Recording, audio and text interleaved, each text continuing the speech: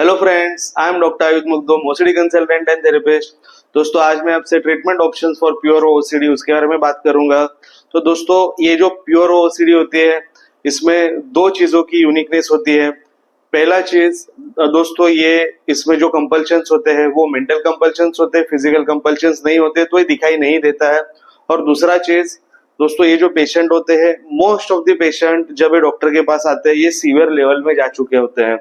अभी severe level में होने का रीजन मैं आपको बताता हूँ। ये जो पेशेंट है, जब इनको माइल्ड और मॉडरेट लेवल का प्योर वो ओसीडी जब रहता है, तो ये लोग फिजिकल कंपल्शन नहीं करते, या अंदर ही अंदर घुटन महसूस करके अंदर ही वो सब सहन करना सीख लेते हैं, अंदर ही कंपल्शन करते हैं। तो उनको लगता है कि चलो किसी को कुछ समझ में नहीं आ रहा है ना, तो एक ज्यादा सहन कर लेते हैं बाकी ओसीडी के पेशेंट के कंपैरिजन में। तो इसके लिए दोस्तों, जब ये डॉक्टर के पास आते हैं, ये ऑलरेडी सीवियर लेवल पे रहते हैं।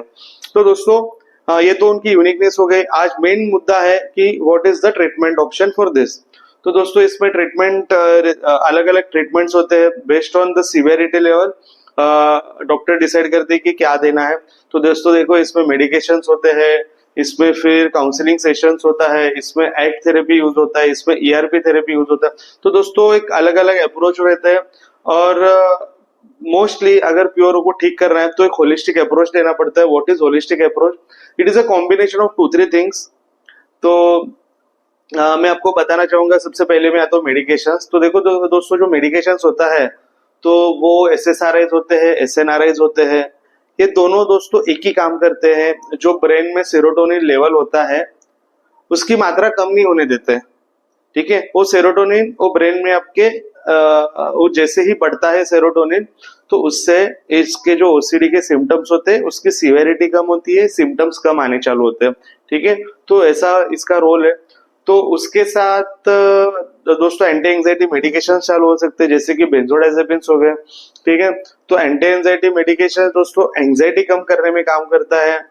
तो एसएसआरआई जो अलग अलग एग्जाम्पल्स है मेडिकेशंस के, जैसे फ्लुओक्सिटिन हो गया, फ्लुओक्सामिन हो गया, सर्ट्राइलिन हो गया। तो ये कुछ कुछ नाम है मेडिकेशंस के, ये एक ट्रीटमेंट ऑप्शन हो गया। तो दूसरा दोस्तों, काउंसलिंग सेशंस ले सकते हैं। काउंसलिंग में क्या होता है? देखो दोस्तों, ये ओसीडी है ना, ये इसमें एक समझ नहीं होती है, एक लैक ऑफ अंडरस्टैंडिंग होता है, एक बिलीफ सिस्टम जो होती है वो निगेटिव बिलीफ हो जाती है। तो जो काउंसलर होते हैं, एक ट्रेन पर्सन होते हैं, वो क्या करते हैं, आपके जो बिलीफ्स है उसको चेंज करने का ट्राई करते हैं। वो निगेटिव बिलीफ्स को पॉजिटिव बिलीफ्स में कन्वर्ट करते हैं। जो आपके थॉट्स है, उस थॉट्स को अच्छे से, मतलब आपको एक समझ अच्छे से आ जाए, क्या सही है क्या बुरा है, ये आपको सिखाते हैं। तो काउंसलिंग एक बहुत अच्छा रोल निभाती है इसके ट्रीटमेंट में दोस्तों। और एक दोस्तों ट्रीटमेंट का पार्ट है एक्ट थेरेपी। एक्ट थेरेपी का मतलब है एक्सेप्टेंस एंड कमिटमेंट थेरेपी। तो दोस्तों, इसमें है ना, आपको चीजों को समझना नहीं है, ज्यादा थॉट्स के बीच में जाना नहीं है। Good thought, bad thought, it is okay. कैसा भी थॉट रहने दो, कैसा भी थॉट आने दो, उसको आपको एक्सेप्ट करना है।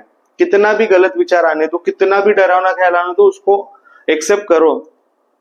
दोस्तों, आपको रिलीजियस ओसीडी है, आपको देव देवी के प्रति गलत ख्याल आ रहे हैं, आने दो। देव देवी को पता है आपको ओसीडी इसके लिए गलत ख्याल आ रहे हैं। These are not your thought, these are OCD thoughts. Accept करो और बोलो कि कंटेमिनेशन ओसीडी है, सेक्सुअल ओसीडी, हार्म ओसीडी है।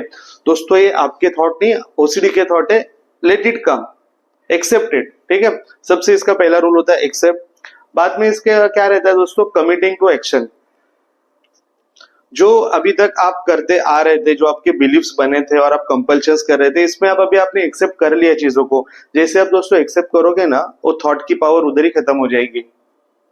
जैसे पहले क्या होता था, थॉट आता था, बहुत ज्यादा डर होता था, एंजाइटी होता था, और उसके वजह से आप कंपल्शन करते थे। अभी आप एक्सेप्ट कर रहे हो चीजों को, उसको आप गुड बैड थॉट सोच में नहीं पड़े हो, तो उसके वजह से आपको अभी एंजाइटी नहीं हो रही, फियर नहीं क्रिएट हो रहा है। तो आप कंपल्शंस नहीं कर रहे हो, आप एक कुछ आपका जो माइंड है कुछ अच्छी चीजों में डाइवर्ट करो। आपने अभी समझ आ रही है बिकॉज ऑफ एक्सेप्टेंस की ये करना है नहीं करना है, तो दोस्तों आपने आप कंपल्शन करना बंद हो जाओगे। तो दोस्तों, एक्ट थेरेपी यूजुअली कोई तो एक दूसरे थेरेपी के साथ, काउंसलिंग या मेडिकेशन, उसके साथ कॉम्बिनेशन में दी जाती है। और दोस्तों, और एक मैं इसमें बताना चाहूंगा, जो सबसे इफेक्टिव होता है for treating pure OCD, that is ERP. Exposure and response prevention. दोस्तों इसमें जो आपका देखो ओसीडी जो है ना डर की बीमारी है। आपके मन में सबसे आप डर को निकाल दो आपको ओसीडी खत्म हो जाएगा। तो दोस्तों एक्सपोजर एंड रिस्पॉन्स प्रिवेंशन ये ट्रीटमेंट में आपका डर निकाला जाता है। आपके जो डर है, आपके जो ट्रिगर्स है उसको आपको फेस कराते हैं। आपके जो थेरेपिस्ट है, सपोज आपको कोई कंटेमिनेशन ओसीडी किसी चीज से आपको लगता है कि इस चीज को मैं छूंगा तो मुझे कुछ असह्य बीमारी हो जाएगी, तो दोस्तों वो आपसे आपका थेरेपिस्ट काम करवाते हैं। तो आपका डर निकालने का इसमें प्रयास होता है पूरा। और जैसे ही आप एक्सपोज हो जाते, देखो दोस्तों प्योर ओसीडी में आपको एक मैं चीज बताता हूँ। आदमी जैसे ही उठता है ना सुबह सुबह उठने से रात को सोने तक वो कंटिन्यू एक्सपोजर्स में रहता है। ठीक है, ये एक्सपोजर्स में रहता है। तो दोस्तों इस चीज को आप अपॉर्चुनिटी समझो। आपको अभी सिर्फ रिस्पॉन्स प्रिवेंशन करना है। ईआरपी थेरेपी में वही तो किया जाता है, पहले एक्सपोज किया जाता है बाद में रिस्पॉन्स प्रिवेंशन। अभी आपको प्योर ओसीडी इसके लिए ऑलरेडी आप एक्सपोजर में हो, अभी आपको रिस्पॉन्स प्रिवेंशन करना है, मतलब आपको कंपल्शन नहीं करना है। तो दोस्तों ये जो ईआरपी थेरेपी होता है डर की वजह से है ना थोड़ा पेशेंट को अकेला ये थेरेपी करना डिफिकल्ट हो जाता है। तो दोस्तों अगर आप ये अकेले नहीं कर पा रहे हो तो आपके दोस्त परिवार इनका सहायता लेके थेरेपी करो। नहीं हो पा रहा है तो आप थेरेपिस्ट के सहारे इसका ये सीख सकते हो टेक्निक कैसे। तो दोस्तों ये जो ईआरपी थेरेपी है, अगर आपको सीखना है या फिर आपको ऐसा लगता है कि मुझे पूरा ट्रीटमेंट ऑफ प्योर ओसीडी करना है और मुझे डॉक्टर के पास जाना है, तो आप जल्द से जल्द अपॉइंटमेंट बुक करके उनके पास जाइए। अगर आपको लगता है मेरे पास आना है तो दोस्तों इधर मेरा नंबर दिया है, मेरे नंबर पे कांटेक्ट करके अपॉइंटमेंट लीजिएगा। मेरे से आप ट्रीटमेंट चाहिए तो लीजिएगा। और दोस्तों इससे से जल्द ये ओसीडी में से बाहर निकलिएगा। इसको सीवियर लेवल तक जाने मत दीजिएगा। और please take care of yourself. Thank you so much. धन्यवाद, शुक्रिया।